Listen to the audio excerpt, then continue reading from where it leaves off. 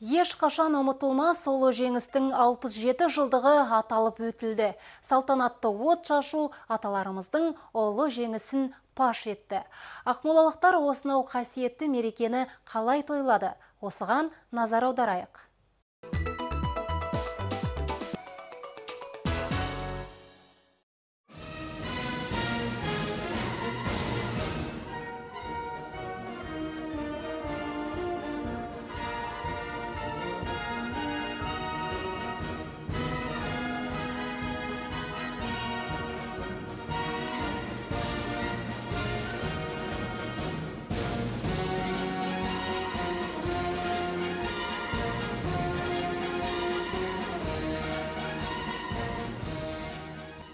Жеңіс күні барша халыққа ортақ қасиетті мереке.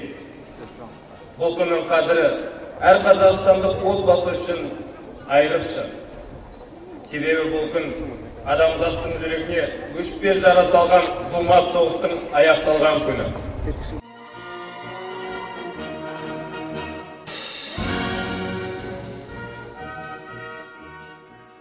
Жеңіс оңай келген жоқ.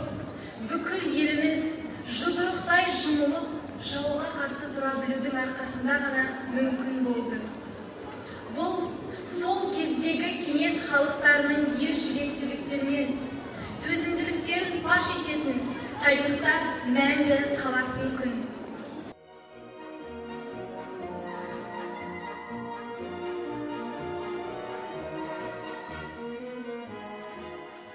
Барлығы тілейтінім денсаулық, асық ашпан, елімізге тыныштық, жақсылық.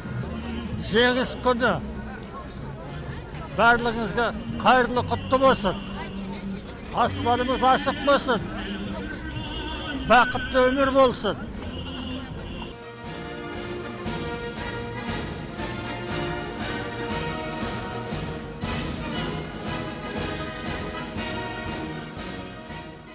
Біздің бәрімізді, соғыс ардагерлерін, тылдағы азаматтарын бәрін сыйлап, соларды естерін алып, мінек осындай болып жатыр деген. Мерекесі құтты болсын. Енді бұдан былай соғыс көрмесін. Балалар, келешектегі балалар бәрі аман болып, дендері сау болып, бақытқа бөлене беріңдер. Енді соғысты көрмеңдер.